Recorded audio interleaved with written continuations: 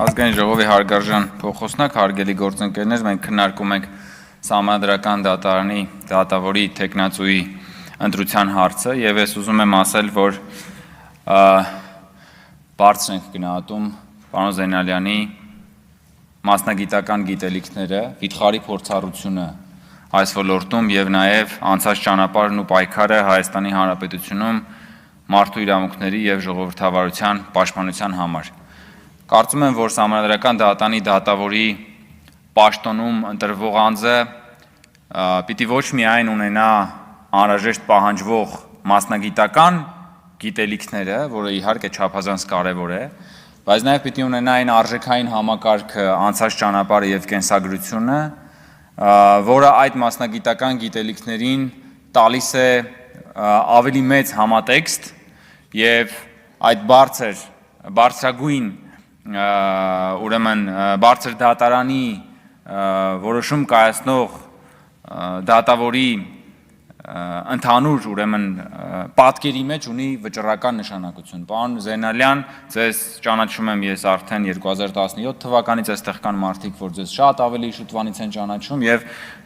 բոլորի հետ, երբ որ զրուցելու առիթ է եղել ձեր մասին, մշտապես մենք արձանագրել ենք ձեր բարձր մարդկային որակները, խոհեմությունը, ինչը որ չափազանց կարևոր հատկանիշ է այն պաշտոնի համար, որի համար դուք այսօր առաջադրվել եք եւ ուզում եմ ասել, որ մենք մեծ վստահություն ունենք թե ձեր մասնագիտական կարողությունների եւ թե ձեր արժեքային համակարգի նկատմամբ, ինչը այս դեպքում չափազանց կարևոր է։ Եվ ընդամենը 1-2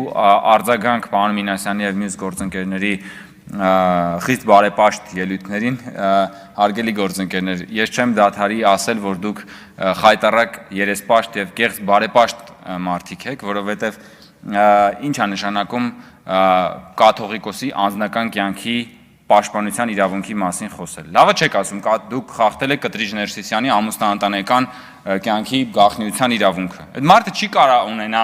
ընտանիք։ Անձնական կյանքին իմաստով, որ դուք ասում եք, ինքը ուղղակի չի կարող ունենա, եւ դա այդ կանոնագրքի, դա եկեղեցու սահմանադրության դրույթ է։ Այսինքն ինքը հակասահմանադրական կարգավիճակում է հիմա գտնվում եկեղեցու կանոնագրքի տրամաբանությամբ։ Կամ որ դուք ասում եք, դե լավ, հիմա դա ինչ խնդիր կա, որ իմի մտեք ուրեմն Կտրիչ Ներսիսյանի անձնական կյանքի դաշտ, բա լավ, բայց եթե այդքան առաքինի բարոյական եք, բախեք ամեն օր մտնում վարչապետի ամուսնաընտանեկան հարաբերությունների իրավական պրոցեսների մեջ։ Այն դեպքում, երբ որ վարչապետը ոչ մի բարոյական, ոչ մի իրավական նորմ չի խախտել, բա դուք որ այդտեղ նստած եք, ձեր նման մի քանի հոգի կան, գալիս եք այս ամբիոնից ճամարտակում եք ամեն անգամ վարչապետի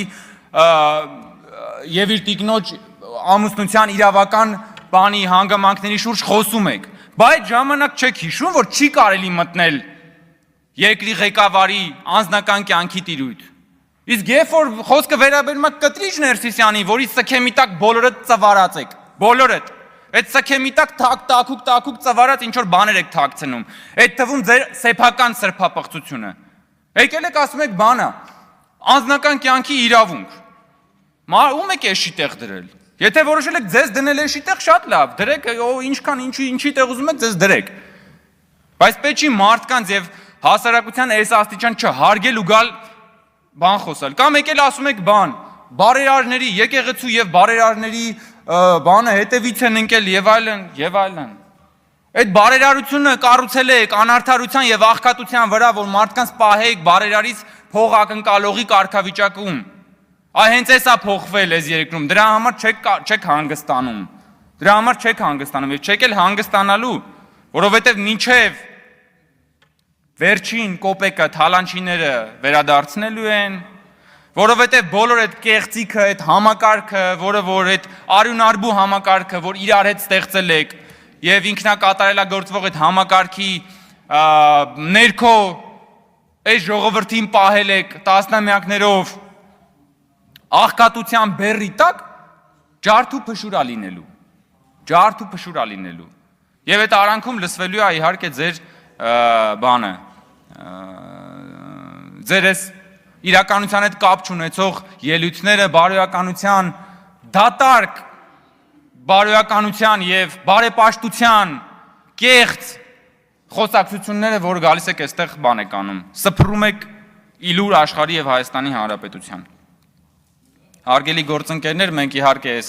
հարցերի քննարկումը դեռ շարունակելու ենք, որովհետեւ ես այսօր առիթ ունեցել եմ ասելու, որ այս մարդկանց խնդրը, բարձրաստիճան հոգեվարականության խնդրը իրական Հայաստանի հայեցակարգի հետ է։ Որովհետև այդ իրական Հայաստանում այդ սքեմի տակից բոլորը պետքա դուրս գան։ Խավարասերների պես այդ սքեմի տակ մտել են, որպեսզի թաքցնեն բոլորից իշկա-չկա։ Այդ սքեմի տակից բոլորը դուրս է գալու։ Եվ պետությունն ու քաղաքացին խոշորացույցով տենալու է, թե ով ինչով է զբաղված։ Ով ինչով է զբաղված, ով ինչ անառակությամբ է զբաղված։ Քաղաքական անառակությամբ, ընդդիմադիր անառակությամբ եւ այդ ձեր կեղծ բարեպաշտության քողը պատրվելու է, այդ ծխածածկույթը չի լինելու այլևս։ Ինչքան էլ ուզում եք բողոքեք, ինչքան էլ ուզում եք բան արեք, բայղուշությամբ զբաղվեք, միևնույնն է գնացքը արդեն գնացել է եւ այս գործընթացը հետդարձի ճանապարհ այլևս չի ունենալու։ Հայաստանի Հանրապետությունում ժողովրդավարությունը անշրջելի է եւ ժողովրդի իշխանությունը հաստատուն է։ Շնորհակալություն։ Իդեպ որ Քոչարյանի 100-ավոր միլիոն դոլարներից ենք խոսում, կարող է դա էլ անձնական կյանք կամ տենց տներից, վիլաներից, հուսով եմ ոչ։ Վերջ, էլ ասելիք չկա։ Պարոն Զեյնալյան, համեցեք եզրափակիչ ելույթի համար։